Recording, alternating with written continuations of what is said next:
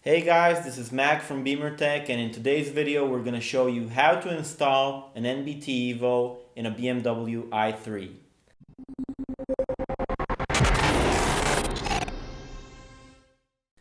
If your iDrive system looks anything like this, that means you have an NBT head unit from the factory and it does not have Apple CarPlay.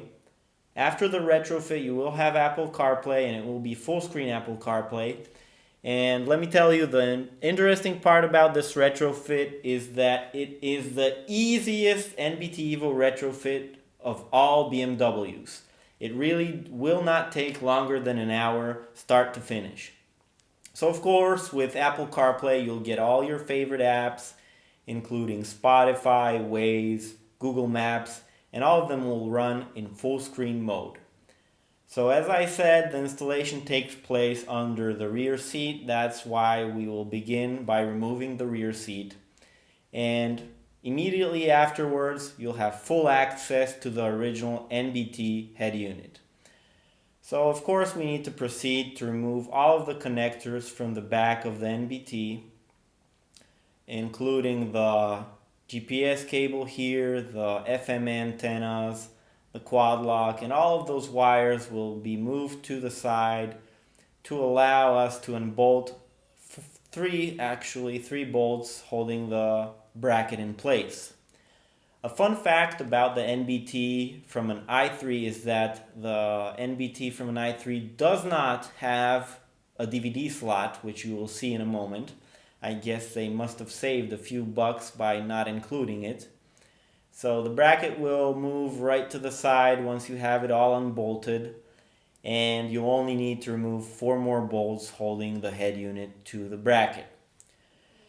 Once all the bolts are removed, you'll be able to easily slide out the head unit from the bracket, and here you'll see it right along an NBT EVO. Here's the kit with the plug-and-play wiring and the ATM module. That's how you'll receive it, and the new NBT EVO slides right into the bracket. It only uses 2 bolts this time, so 2 will be left over.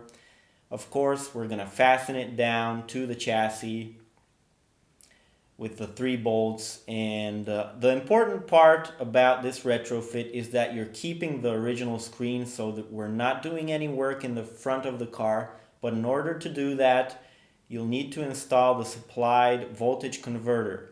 So right here you can see we're removing the securing tab from the pink LVDS cable, that's the screen cable, and after the securing tab is removed, we're gently pressing on the securing pins in order to remove the cables from the pink plug and insert them into a standard BMW 2-pin plug.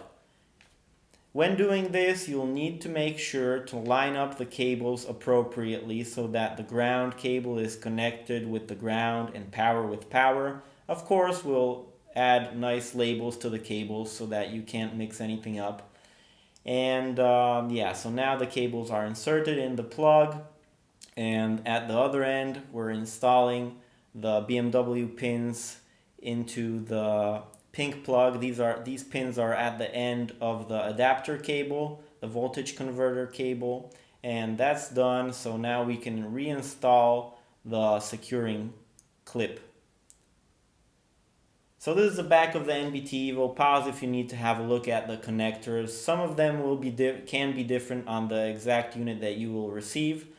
And here we're connecting the GPS antenna to the ATM module, as most NBT EVOs do not have a built-in GPS socket. That's why we need to use the ATM. So we're reconnecting all of the cables. They're color-coded. So this is the Bluetooth cable. And finally, we're going to connect the new Wi-Fi antenna that will be supplied in your kit. It's necessary for CarPlay operation. Of course, we're going to reconnect the quad lock connector to the plug-and-play harness and insert the plug-and-play harness into the back of the head unit. Right below the quad lock, you need to insert another smaller connector. It's an OABR plug. It branches off of the plug-and-play harness. So now all of the FM antennas also have been clipped in, and it will look like this. And lastly, we'll need to disconnect the main plug from the TCB module, which you can see here, and it will remain disconnected, but more importantly, we need to plug in 2 jumper wires into that plug, as if they're not installed, the microphone will not work. So we're jumping the microphone wires, looping them right back in, and that will make the microphone work fine. So that's everything that there is to it hardware-wise. After the installation of the hardware, you'll need to schedule with our technician for a remote coding session. I mean, it will take about half an hour total, and you'll get to tell our coder if you want full screen CarPlay or the standard look of the CarPlay, but everyone wants full screen. And yeah, that's about it. So if you enjoyed this video, leave a thumbs up, and if you have any questions, leave a comment down below. Make sure to subscribe to our channel, and if you're interested in ordering an NBT EVO retrofit for your i3, make sure to get in touch with us. Thank you for watching, and until next time.